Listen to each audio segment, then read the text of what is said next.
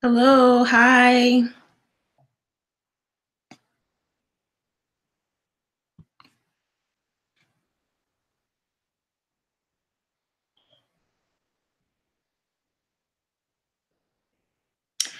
Hi. Hi, you guys. I see a few people coming in. I'm going to give everybody a few minutes to get here.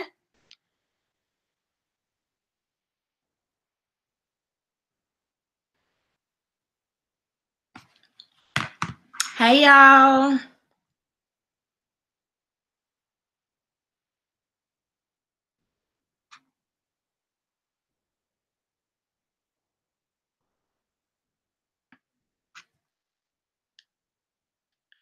Audiences across America can't get enough of second.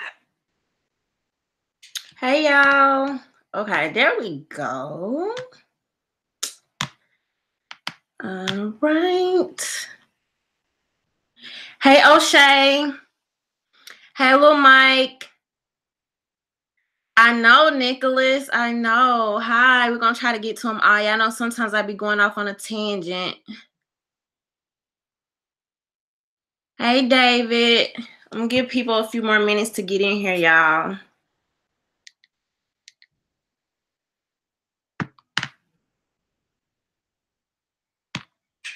All right. If you're a new sub, hi. Make sure you let me know where you're from. Let me know that you're here. Hey, Roland.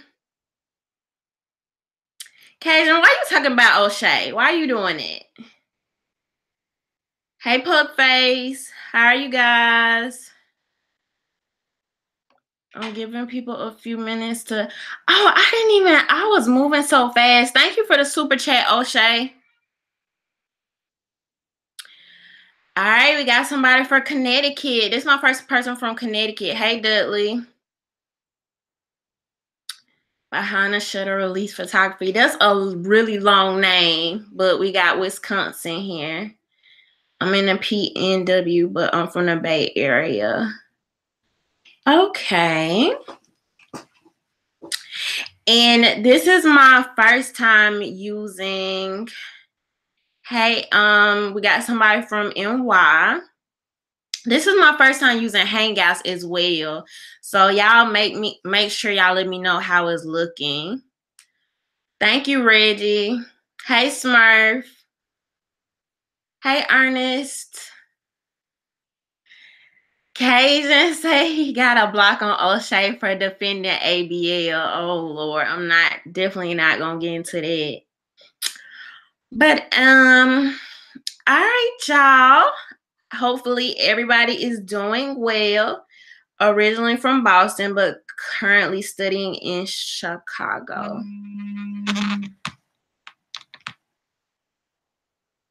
Okay, cool.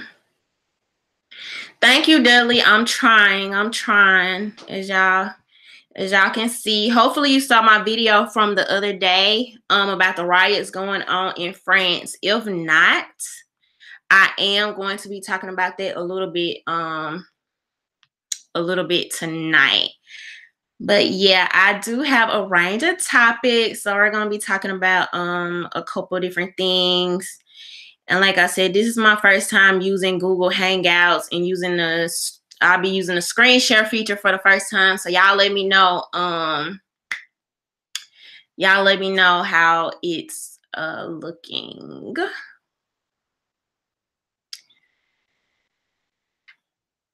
All right. So as you guys know, some of you might know.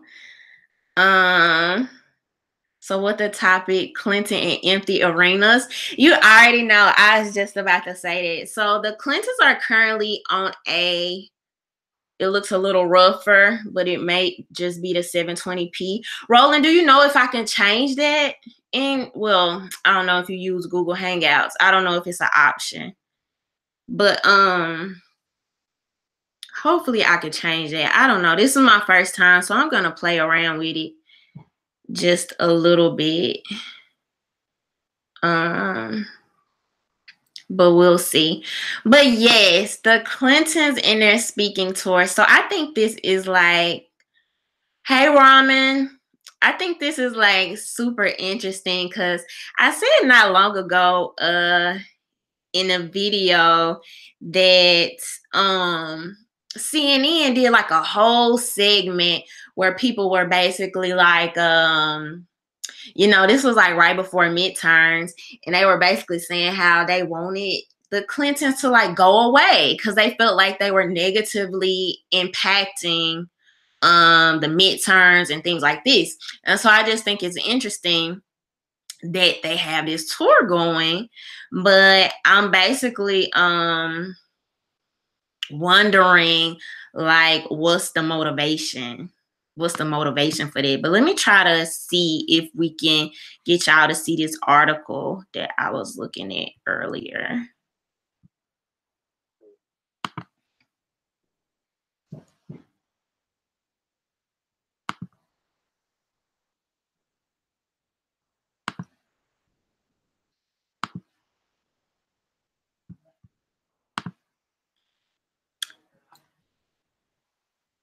All right, so this article is on Bungino.com. And it basically says, this is talking about the Clintons. And is a Clinton speaking toward doom? Ticket prices for next show plummet. So basically, Bill and Hillary Clinton are continuing their 13-city speaking tour in Texas this week, and tickets are selling for as low as $11. The Daily Caller reports seeing the duo at the Financial Center in Sugar Land, Texas, on December 4th runs anywhere from $11 to $80, depending on the seat quality. On resale sites, some sellers are asking for as much as $531 a ticket, although it's unclear if they'll be able to find a buyer at that price. Last week at their Toronto event, the Clintons sold out about 3,300 tickets in a venue that holds over 19,000 seats for hockey games. That means roughly 83% of the seats were empty. That event saw some last-minute tickets being sold for as little as $5. So Byron York posted this and said Maureen Dowd paid $177 for a ticket to hear Bill and Hillary Clinton. If she had waited till the day of the event, she could have gotten one for less than $10. That's how popular the tour is. So I'm like, 19,000 seats. That's like an arena.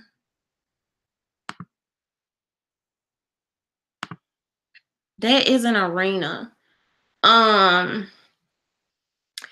they said, what was it, like 83% of the seats? Let me see. But they're planning to hit 13 cities up until May of 2019.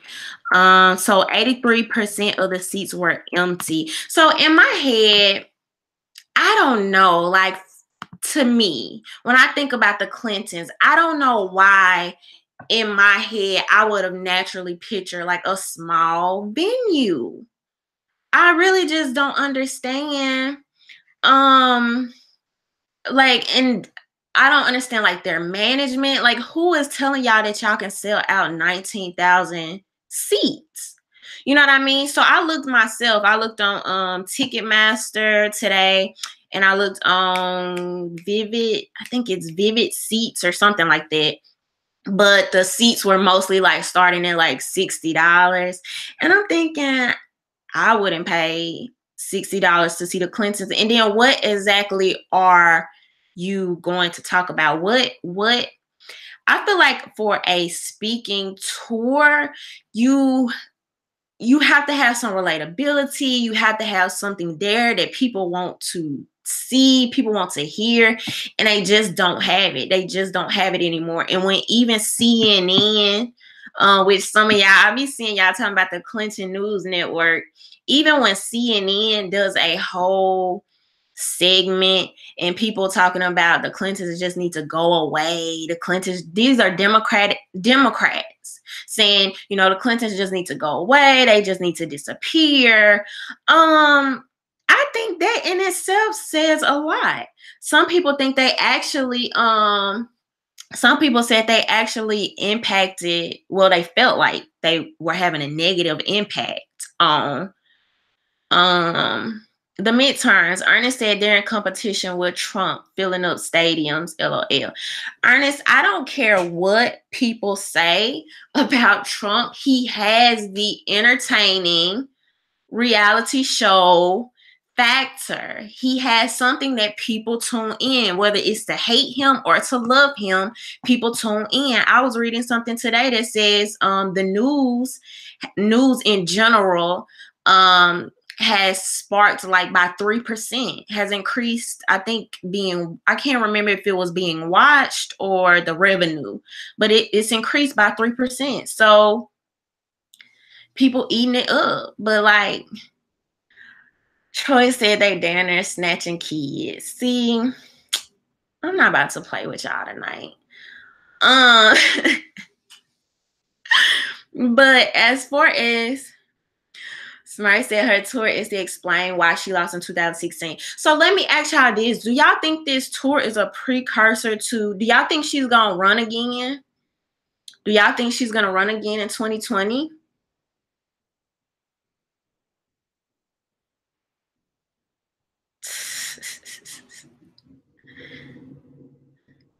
They need to fess up for their crimes. That'll fill those seats. The Haiti scandal. She may be testing the waters. That's what I think too, Roland. I have this feeling that she's testing the waters to just see what type of response she would get. But a manager, whoever her manager, tour manager, or whatever, I think I read something now. Don't hold my word to this, but I think I read something that said that the people over her tour are the same people that were responsible for like Michelle Obama's book and her tour or whatever she has going on right now. So I don't know. Maybe they thought that the Clintons would get the same type of response that the Obamas are getting right now, but there's just not the case. There's just not the case at all. Kev Chat said Clinton can't run. She can barely walk. Taco said she doesn't have a chance of winning. Clintons are done with their old news. And that's exactly what it feels like. That's exactly what it feels like. It feels like they're old news. I don't know. It's just some type of energy or something that they have on them right now that is just not working. Like, it's just not working. You're right. Says she better not. She'll lose again. I think it would. I just don't see it. She lost against Obama. She lost against Trump. Yeah, I don't see it happening. I think it would be a waste of time. I think it'll be a waste of money. And then especially everything that they're going through right now with the foundation and them being under investigation and all these things. I don't think the timing is right. But Shanti said the Clintons will talk about the people that mysteriously die while working for them dozens of people.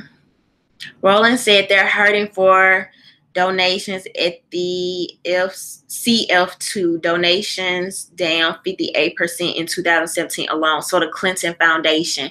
But they left their offices with millions. Millions.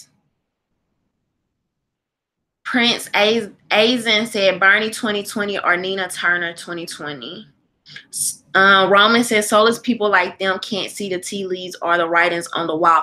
Right. So I'm wondering, like, is it just some sense of like grandeur, like somebody said earlier in the chats, or, you know, one thing about, I feel like being in like show business and politics and all that stuff, especially with like the social media age now, and especially with the social media age now, and you know, there being this thin line between who we see on TV and like a star or, you know, a Hollywood personality or whatever the case may be. I think you have to know when to exit.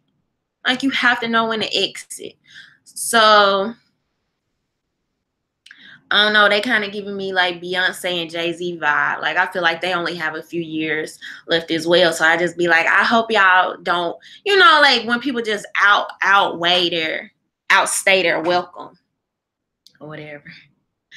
Mike said, tell her to take her hot sauce and go away forever. I know, right? I know. So I'm getting, none of y'all really seem to think she's gonna be running again in 2020, from what I could tell. Tago said the Clintons had their time in office. The 1990s. We're almost in 2020. Why are we talking about them? I know. I think it's time for Beyonce will never leave. She can't leave us.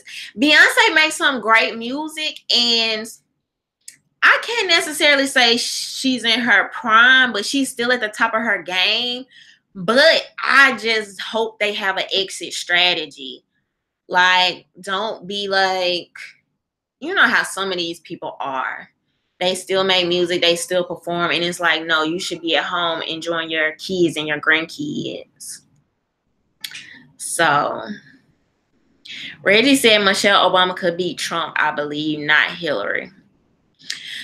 I don't know. Her book is doing some really amazing sales right now for what I see. What she will run on? What would she run on, Reggie? What platform would Michelle Obama run on? I find it so interesting because I know that's been talked about a little bit, but when people say like Michelle Obama and Oprah, I just wonder what platforms would these people run on? Or are we kind of so jaded by the elitist Hollywood lifestyle that now all of our presidents are going to be, you know, Hollywood people, TV stars, reality TV stars? TK Jam said too many skeletons, she won't run. I don't know if you're talking about Obama or we done with anything related to Obamacare.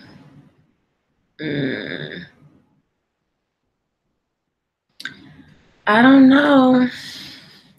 We'll see though. We'll keep our eyes open and see what happens. We'll see what happens with that. We'll see. I'm so interested to see who's gonna be running for 2020. Like, this is it's gonna be crazy. Oh my God. And the fact that the political scene is getting more and more, I want to say, like, cutthroat.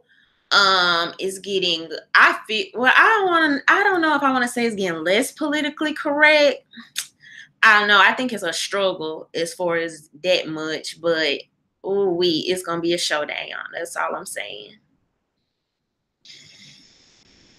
Funzo says she run on open borders, socialism, and globalization. Roland, is that the word I was looking for? Is the political scene is getting more abrasive?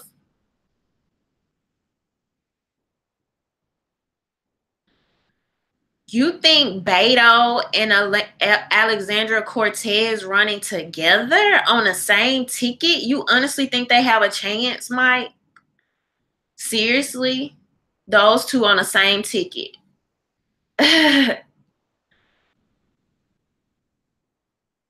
Beto and Alexandra Cortez. You think they have a chance on the same ticket?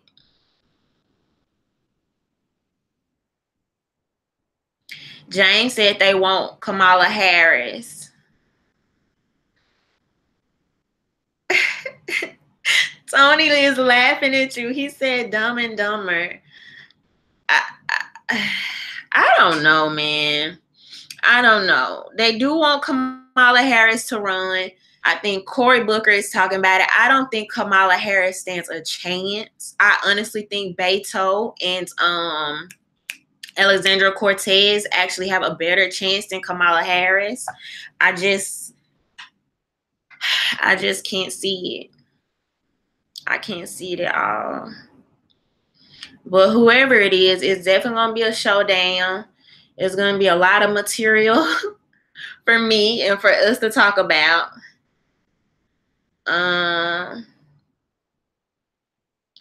But we'll see. All right, so I want to show y'all this video of Joy Behar versus Mcain. They had a little spout recently on The View. And so let's take a look at that real quick.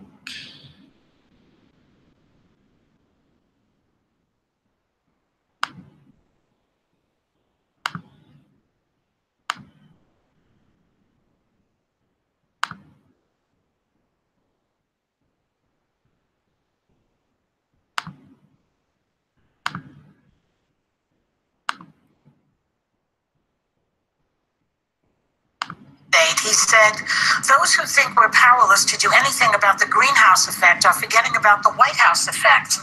And then he signed into law the Clean Air Act Amendment of 1990, one of the most sweeping environmental statutes ever.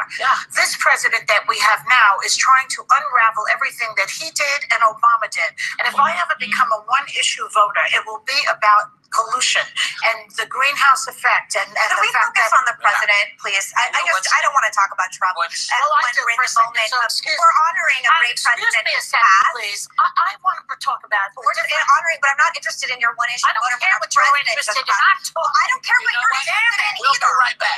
As a candidate, he said, those who think we're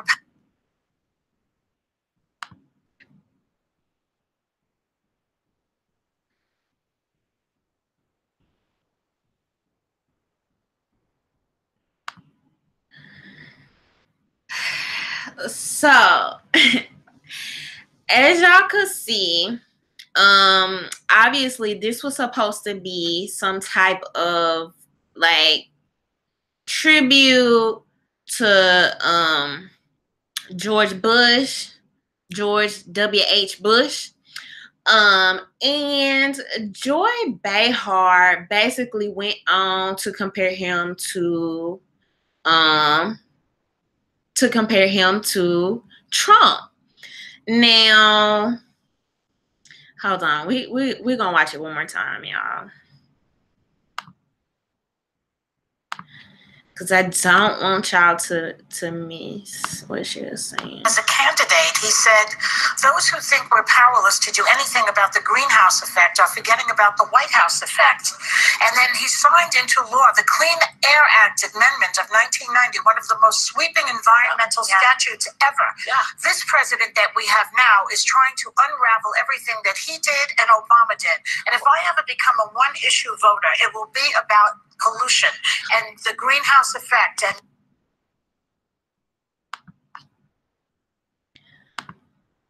so first of all, I'm gonna say this. If you ever call yourself doing a tribute to me, if you ever come to my funeral talking about somebody I didn't like or compare me to somebody else, first of all, I'm coming out the casket on you because it's supposed to be about me, my moment. So don't take my moment away from me with comparisons. Now, let me say this. I'm not particularly of the belief that when somebody dies, you know what I mean, you can't keep it real. I feel like you should be able to speak on the great things they did, the great things they accomplished. You should be able to speak on the great things they accomplished, but you should also be able to speak on things that they did, not a tribute, but like basically not a tribute, but y'all know, like a segment where they basically talk about this person and things like that. So my thing is, okay, if you want to say, well, you know, he didn't do this, he didn't do that, he did do this, he did do that, these are the things I like, these are the things I didn't like, I think that's fair. You know what I mean? I think that's fair. But for you to make this into a whole different discussion, I don't know. It's just annoying to me. And they actually have a good track record of doing that. And did y'all notice, like, she started talking about the one voter issue and its pollution? That's her one voter issue. As the riots are happening in France. Like, what's the chances of that? That just happens to be your one voter issue right now. Did y'all notice that?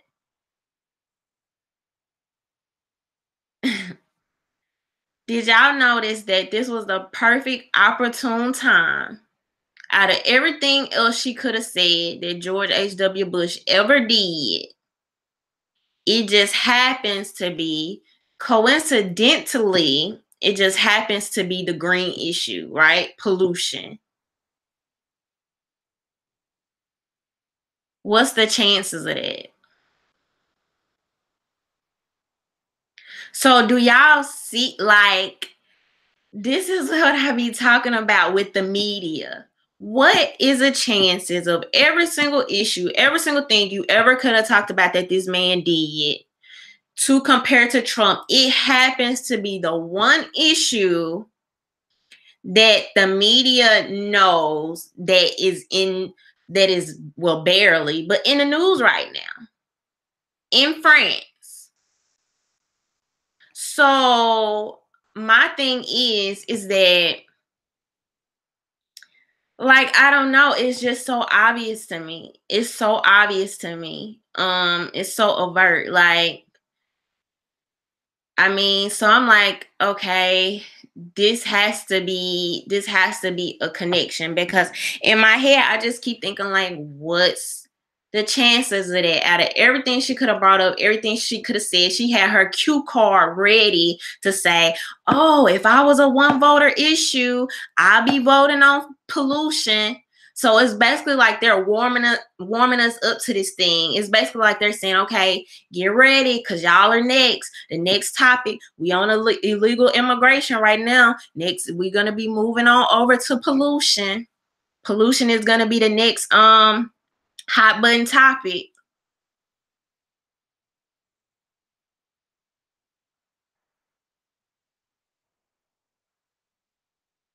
Roland said Macron has taken a tax off since he didn't want to have a repeat of the French Revolution.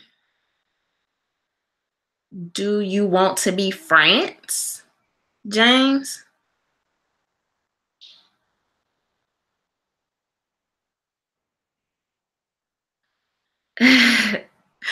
Completely done. I'm gonna be completely done with you. Okay. Jane said she actually had that prepared. Absolutely. Absolutely. It was so obvious.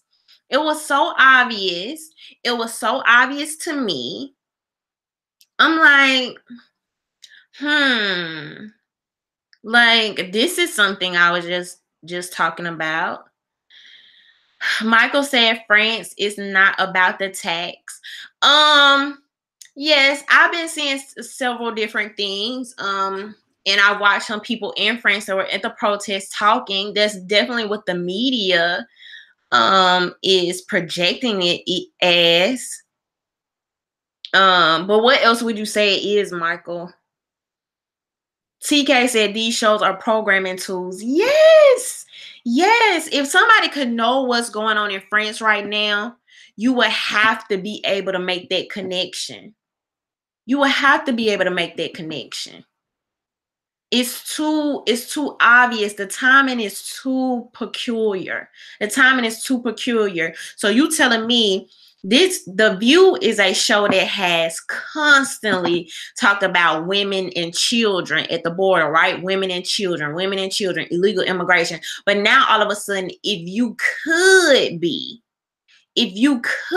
a one issue voter, now all of a sudden it would be going green.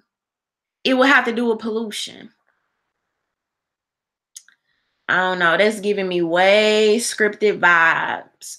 And I definitely think they try to drop little stuff in our psyches and they build it up until, they just feel like, it's just the opportune time. So I think we're going to start to see more and more of that, actually. I think we're going to start to see more and more of that with time.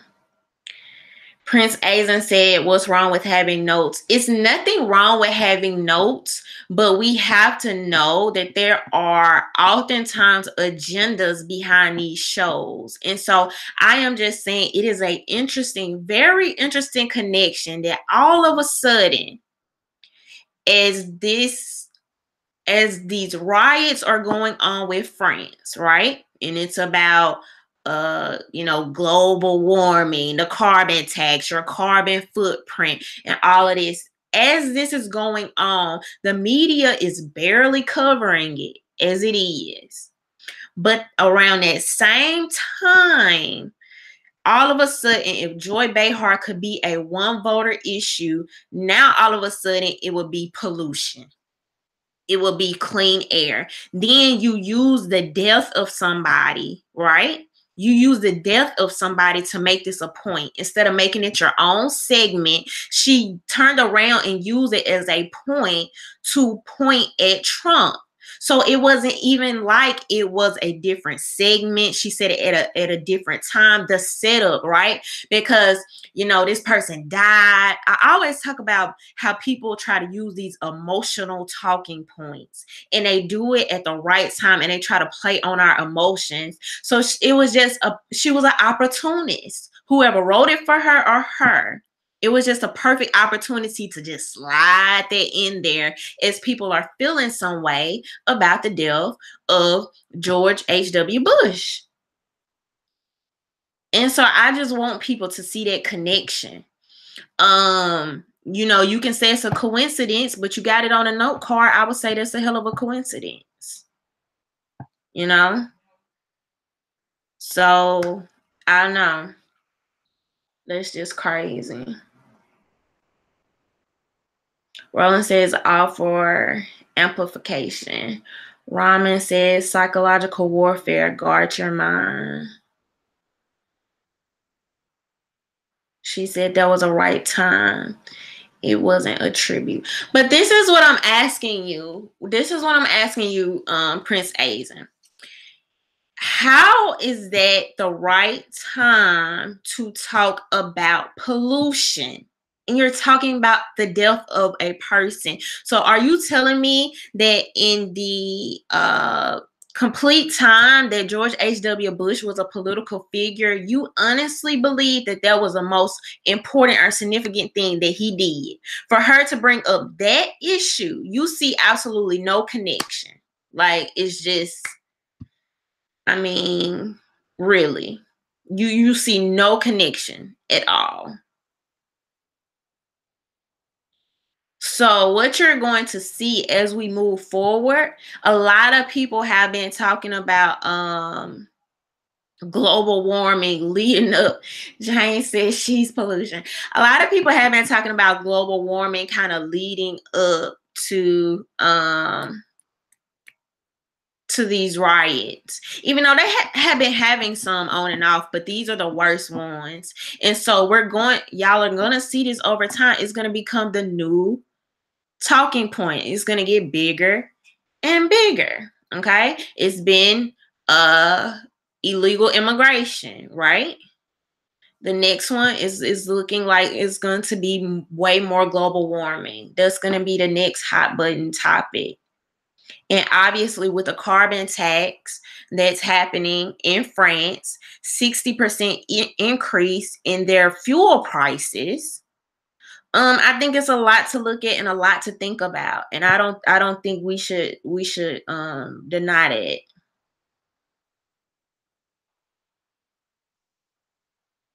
So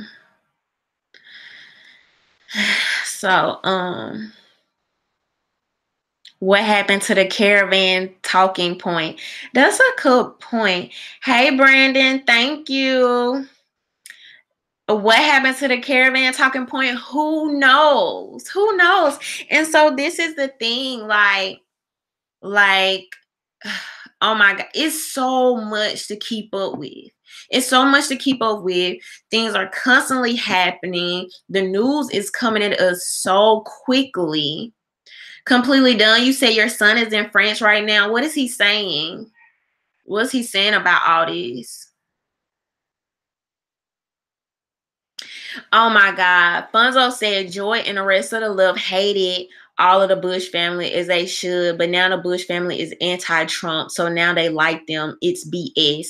I'm telling y'all, I was just talking with a friend about this today.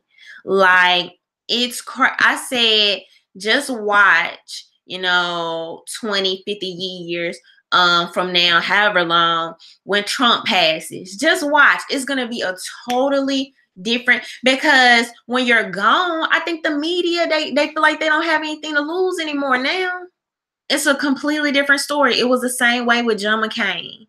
Same way. If y'all haven't seen my video I made about John McCain like a couple months ago, go back and watch that, and I talk about it a little bit. Troy said people follow what sitcom comes on tonight, but don't know how many Supreme Court justices there are. And see, this is a thing, like, we're so used to being entertained. I even notice now, like, me with social media, like, since I've been on social media, I feel like my attention span is shorter. I feel like my memory is worse. We have so much information constantly being thrown at us, and we are people that love to be entertained. We love to be entertained. And so hopefully, like, my goal, I really hope to encourage people to get involved, research, like, know for yourself. Completely done. I do not have ADHD. Thank you. But Bonzo said the left hated John McCain until he was anti-Trump, then they liked him. Oh, absolutely. Absolutely. But Roland, yes, it's an overload of information. Things are constantly changing. Things are constantly happening. Like, somebody asked me the other day, like, what happened with the fires out in California? I mean, like, who can keep up with all this stuff? And then the media, once they're done with their little agenda, they go on about their business. It's not important to them anymore. But we're out here living real lives. We need to know what the heck is going on. And then it's so much stuff that they don't cover. They don't make us aware of, that we need to know. So do y'all think that it was very little coverage of France, because do y'all think it has a possibility to happen here? Like, they feel like people can't rebel against the government? What do y'all think? You think they're trying to continue to make France look good, kind of keep this social elevation? I don't know the right term I'm trying to say, but basically keep this perception of France.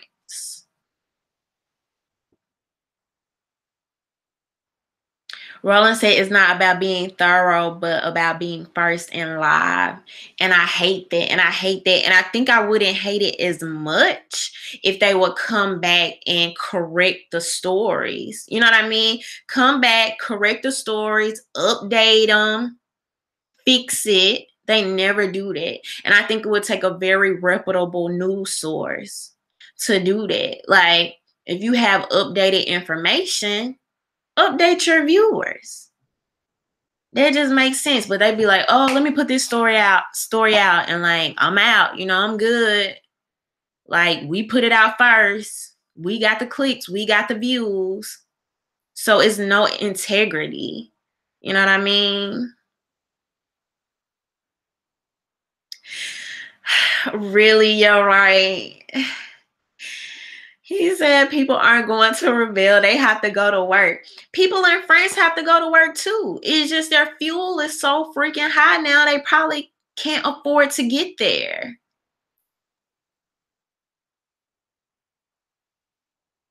TK says they won't do that because they want fresh new sensationalism. So basically, you think that correcting stories would take time from the new stories. The new stories that they can do and put out. And it's like now, and I've said this before, it's like now, I just lost my thought. Sorry. What was I about to say? Gas prices went up in the 70s. There's a geopolitical problem. No one controls gas prices. TK said it takes time from the height. Fonzo said, Macron campaigned as a centrist, then went far left globalist. That's why the people in France are rioting. The fuel tax is what finally set them off. Right. The fuel tax is what set them off and brought the burning and the turning over cars and all this other crazy stuff. Troy said people better be stocking up on supplies after Houston, Florida, California. You can see the pattern. I always wonder about that. And I'm like concerned because there's just so much stuff going on right now. Like, it's so much going on. David said if people start sending money to CNN or Fox and can offset the advertising dollars, that's when you will get the news you want. That is such a good point. That is such a good point. But honestly, I think they're too far gone now. I don't know. I think they're too far gone. I think they actually get a kick. I think they get laughs and craps and giggles out of thinking they're making fools out of us. I think they do. Because some of the stuff is so blatant. It's so blatant that I don't know why I just see them sitting in the control room like, yeah, we got them again. You know what I mean? But, the point somebody made earlier talking about how Macron got in office, ran on one platform, and then got in office and went full socialist. But my thing is, we're going to have to start looking at who the heck is sponsoring these people, funding these people. I always said that, but now I got to hold the French people accountable because from what I can tell,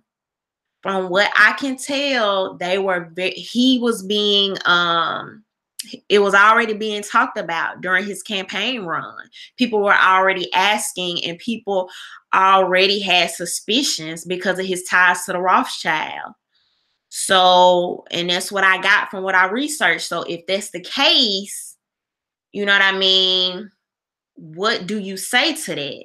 Now, I will say that could have been suppressed information because oftentimes information here is suppressed. So it could have been talked about, but maybe not to the extent to really get people to know it. But in the event, they put it out there. They knew his ties to the Rothschild. They knew that he was a banker. They knew that before this, he was in a socialist political group. I mean, what did you think would happen? And from what I was reading is they were talking about how basically he had a media machine backing him. They were saying how he was on all these magazine covers compared to his opponent, how he was doing all these appearances and stuff like this. And it makes me kind of fearful for us, because like I've said, people sometimes think negative publicity is bad, but publicity is publicity. That was kind of like a tongue tie. But when you are putting these people on these magazines, you're interviewing them, you have them everywhere, it is almost impossible to go around that. You're putting them everywhere. You have their face there. Y'all have to realize how many people don't research, how many people don't look into these people's background. They will vote off the face they've seen the most. They will do it. Think about midterms when you start seeing all these posters and they have people faces on it, right? You see these big posters on the block and it's like, you know, vote for me, and it has their name and stuff like that. And then you have these other posters and they might just have a person's name. They're doing it for a reason, right? They want you to see the friendly face, the relatable face. You know, they know the more promotion they have, the more they get their name out there, the better chances they have. And so I don't think that was by accident that this man got so much publicity. He basically had a media machine behind him. And so I think that's super, super interesting, especially since we're like in the social media, reality TV age now. People have their own means of getting to their followers and their fans and things like that. So it's just a different world. Yes, Roland, a banker, worked for the Rothschild.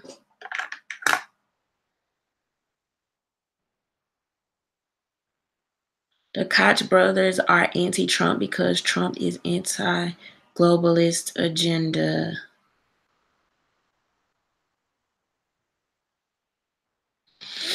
TK said it wasn't a mistake. James said he used to kick puppies. I don't even know what the heck you're talking about. I got lost somewhere in there.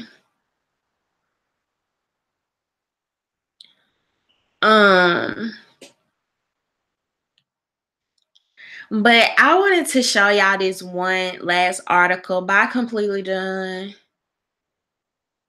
Craig says, you are correct. That is what we do. A beautiful face can win with ease. Oh, absolutely. Attractability has a lot to do with that. People like to see nice looking people, you know, representing them and looking at them, and then, you know, think about, you know, how people hire people for jobs and things like that. Yes, Macaroni was a Rothschild banker, really. All right, so let me show y'all this other article that I thought was interesting and kind of random.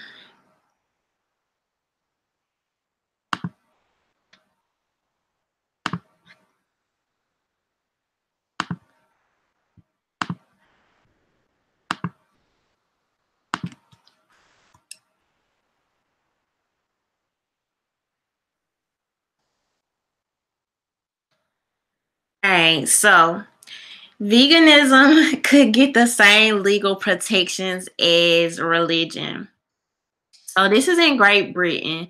So an angry dispute between an animal welfare charity and its former employee will be the first case in Britain to decide whether ethical veganism is a philosophical belief that should be afforded the same protection as religion. So Jordy, gonna skip over their last name, alleges he was fired this April by the League Against Cruel Sports after he discovered that their pension fund was invested in companies involved in animal testing. He informed his colleagues about it in spite of being told by the animal welfare group's management not to communicate with the staff about pensions. He argued that this that his case is a combination of whistleblowing and discrimination because rather than punishment, I was summarily dismissed for gross misconduct. They could have given me a warning. They might have thought I would not drop the case as an ethical vegan. So they may have thought it was better to get rid of me. So this basically goes on to talk about, you know, what was it called? It's like a dietary vegan versus an ethical vegan. And so I think this is interesting because a lot of times we tend to follow the tone sometimes with these things. Is places like you know, Britain and France and all these different places. So basically, an ethical vegan is someone who doesn't eat meat, doesn't use any animal products or anything like that based on ethics, right? So it's almost like a feeling. So I guess they're saying it's almost as strong as a feeling of religion. So basically, this guy ended up getting fired because he went to his coworkers and he's like, yo, like, we're all vegans, but, you know, our pensions are being backed by a place that tests on animals. You know what I mean? So he ended up being like a whistleblower and they fire him. So what do y'all think about that? So, okay, I get it. I get that veganism is important to you. So what I thought was interesting is that this company seems to have these certain values, right? Your whole company is based around, you know, protecting animals and things like this. But you know, your pension is being backed by people who people who test on animals. So I don't know, like it is a little, I don't want to say, like, I don't know if that's unethical, you know what I mean? Because it's not, you know, it's not for certain that the ones in the company are actually making these decisions about, you know, who's investing into his pension. Roland said, in business, you can be fired for causing injury to the business or public image. That's true. That's true. And I think that's exactly what he did. I am better said, I eat meat, never did well with veggies. Okay, then. Thanks for letting us know that. TK said, more foolish, liberal, crazy talk. This is when people take things too far. He's all in the company's decision to contract with whomever they choose to serve as their employee's pension. Right. I agree with that. I agree with that for the most part. I don't know, like, so he went on to be a whistleblower, and that could absolutely damage the image of his so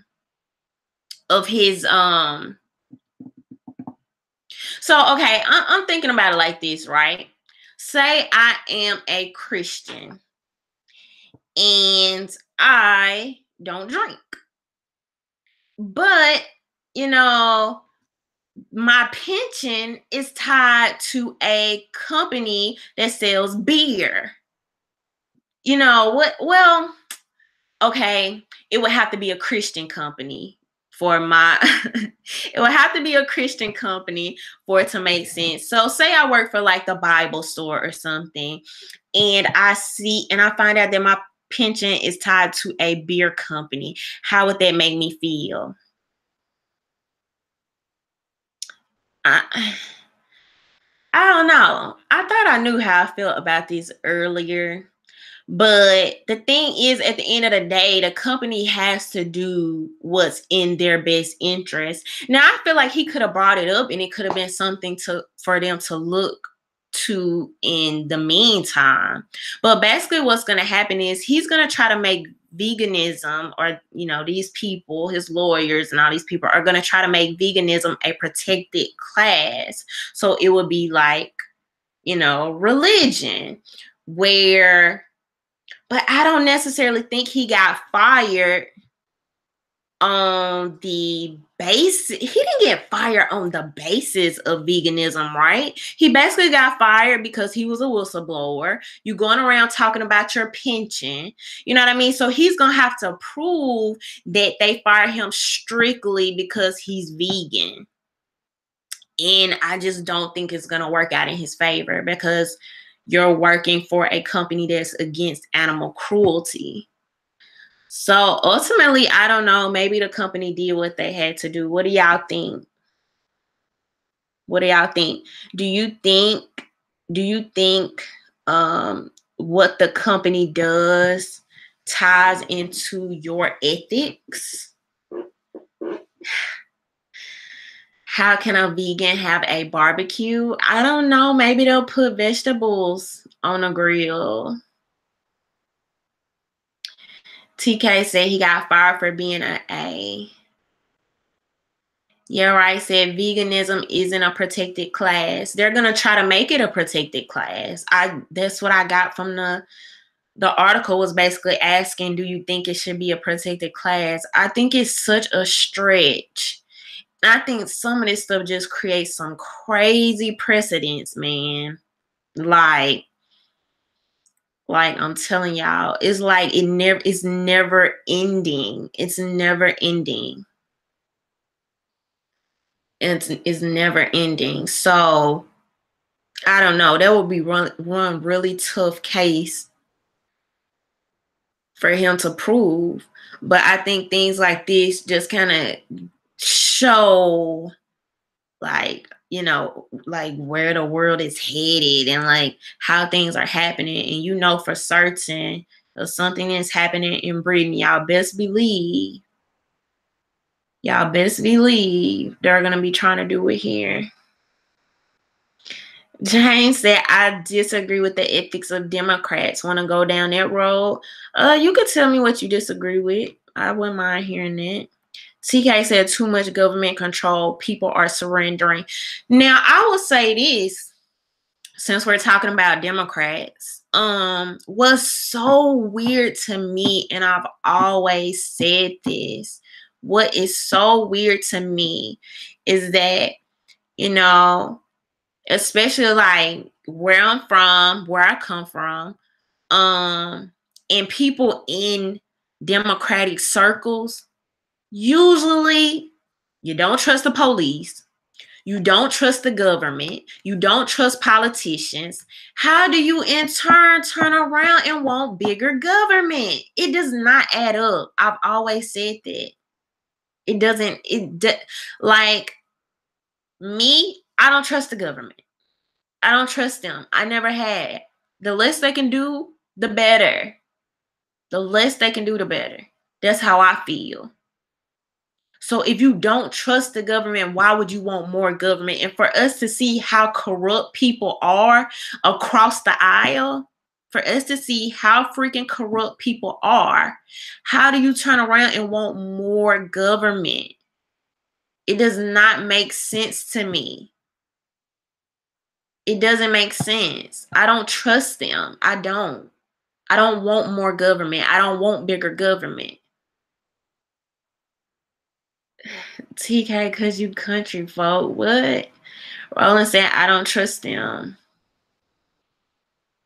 But Craig gotta get that government check. But I'm just like, really think about it. Like, make it make sense. Make it make sense. If you do not trust the government, you don't trust the police system, which is an extension of the government, how do you in turn give power to these people that time and time again we have caught them saying ridiculous things, doing ridiculous things, not telling us the truth, not reporting on stories? We don't know what the heck is going on. People have motives and underlying agendas.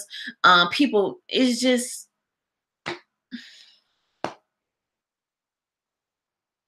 I mean, that just seems pretty basic. That seems like a really, really basic concept.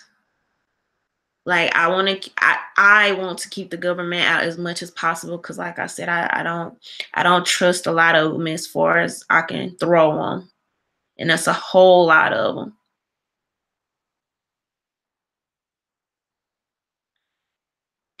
Rain said our founding fathers didn't trust the government and they were the ones building it. And I think that's why we had things set in concrete. And then that's also why we had those checks and balances. And there's just people. Oh, okay. Thank you for clearing it up, TK, because I was starting to wonder about that. You said people from down south have always been in line with conservative values in smaller government. Cajun Legacy said Democrats want to control all parts of your life but can't because of the Second Amendment. If they take the guns, that's a wrap. Game over. I am fed up said big tech is in the bed with the government. Oh, absolutely. Absolutely. They're tracking. They're watching us. Like, and it's like, how do you fix it? How do you go back on it? How do you fix it? How do you get rid of these corrupt people? Roland said they took the checks from the states effectively. But I just don't trust our government. And the more I learn, the more mind blown I am to see how crazy these people can be. Let's go, PG. Hi, welcome.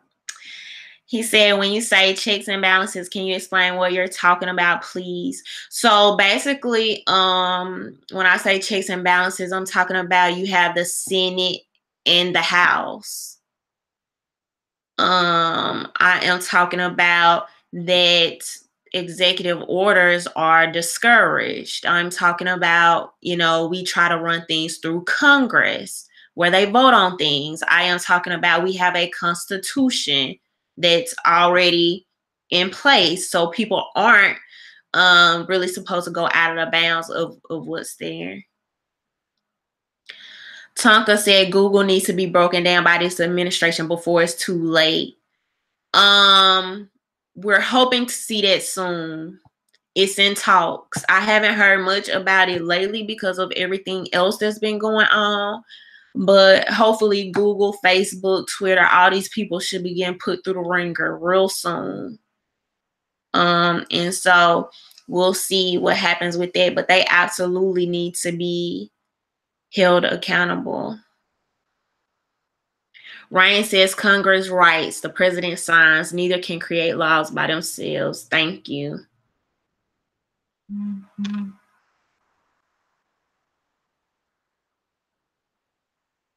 Right. The Supreme Court makes sure the first two branches don't screw it up.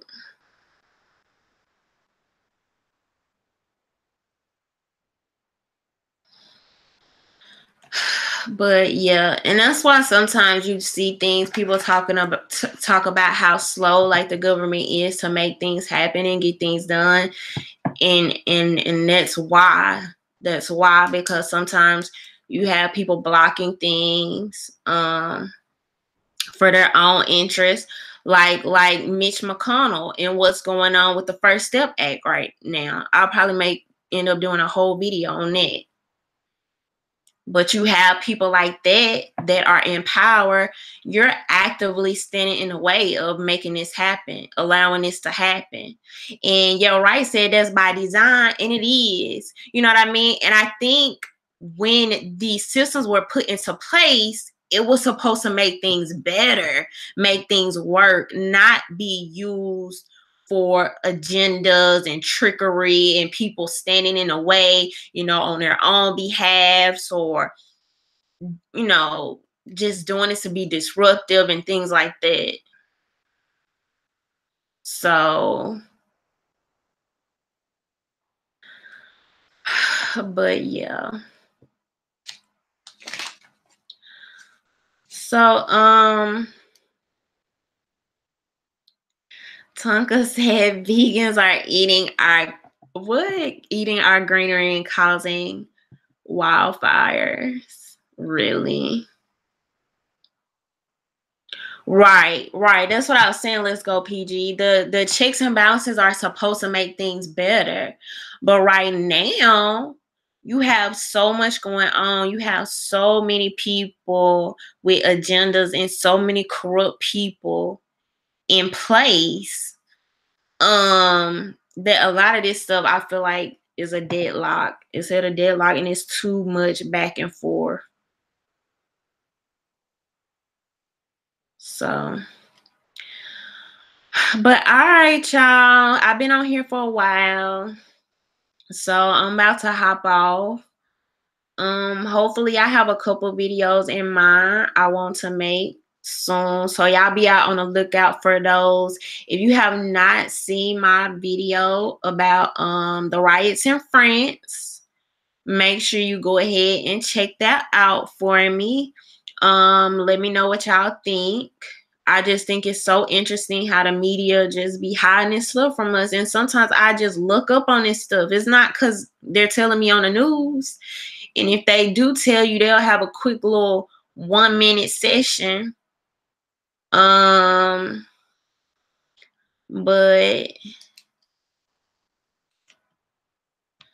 Sophia said the Republicans might suck, but at least they care about constitutional law, freedoms, and illegal immigration. The worst we can get from them is a Christian version of Islam. I don't know. That was funny though.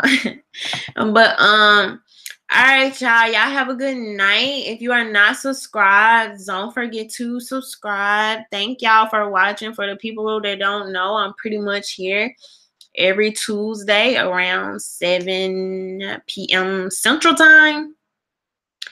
And so thank you so much, Tonka. Thank you. But